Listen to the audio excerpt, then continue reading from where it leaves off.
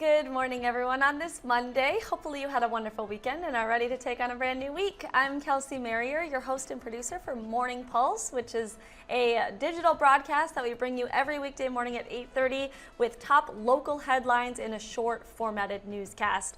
Very casual, but very quick so that you know what's going on in the community where you live or the community surrounding where you live. So we're going to start today with a story out of Dodge County. We also have a story out of Winona and then another one in Rochester to get to today. So we're going to begin, like I said, in Dodge County. Right now, the sheriff's office there is still searching for a missing teen, and authorities are now asking for the community's help.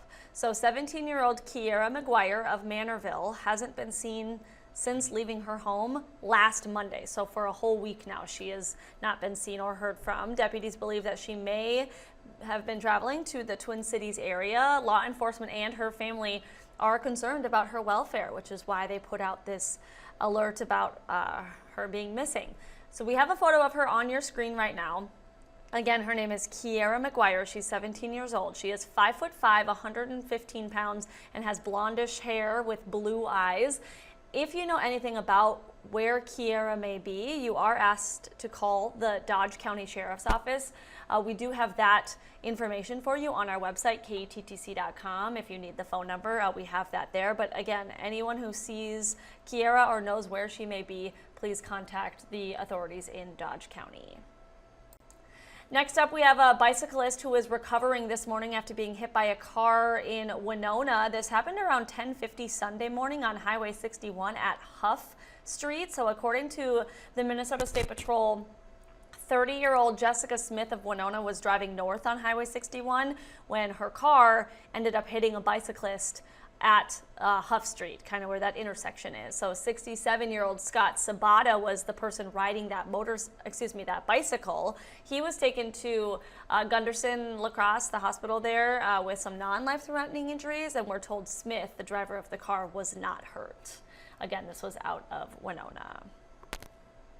And finally, our last story today is kind of a traffic alert this morning on a convenient parking ramp for Mayo Clinic patients here in Rochester. The Damon patient parking ramp is now closed officially, and it's all to get prepared for its eventual demolition. So the ramp's demise is actually going to be making room for the planned Bernard E. and Edith B. Waterman building, and that's a clinical building focused on transforming medicine and patient care.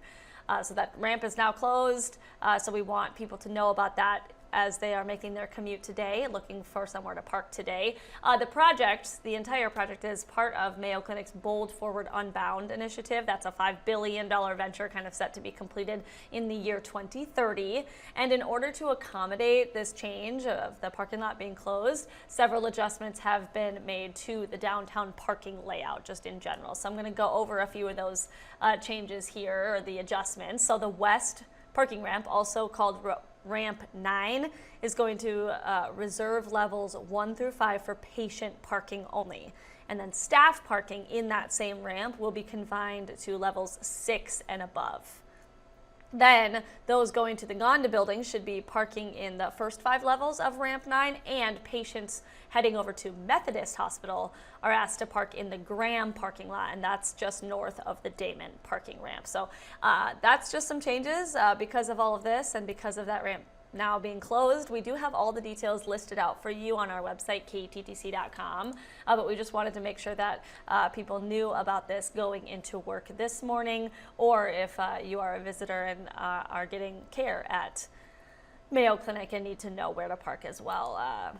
Wanted to make sure you knew about that. Lastly, on our agenda for our Morning Pulse today is the weather.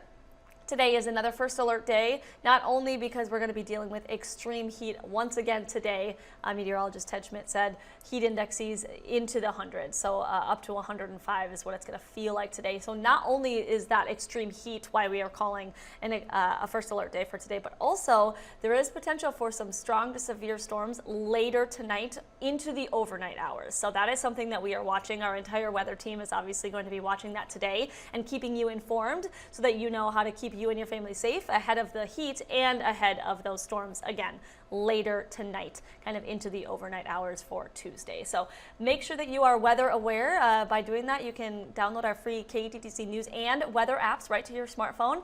Really helpful tools, of course, so that you know the weather that's happening and when it's happening, up-to-date information.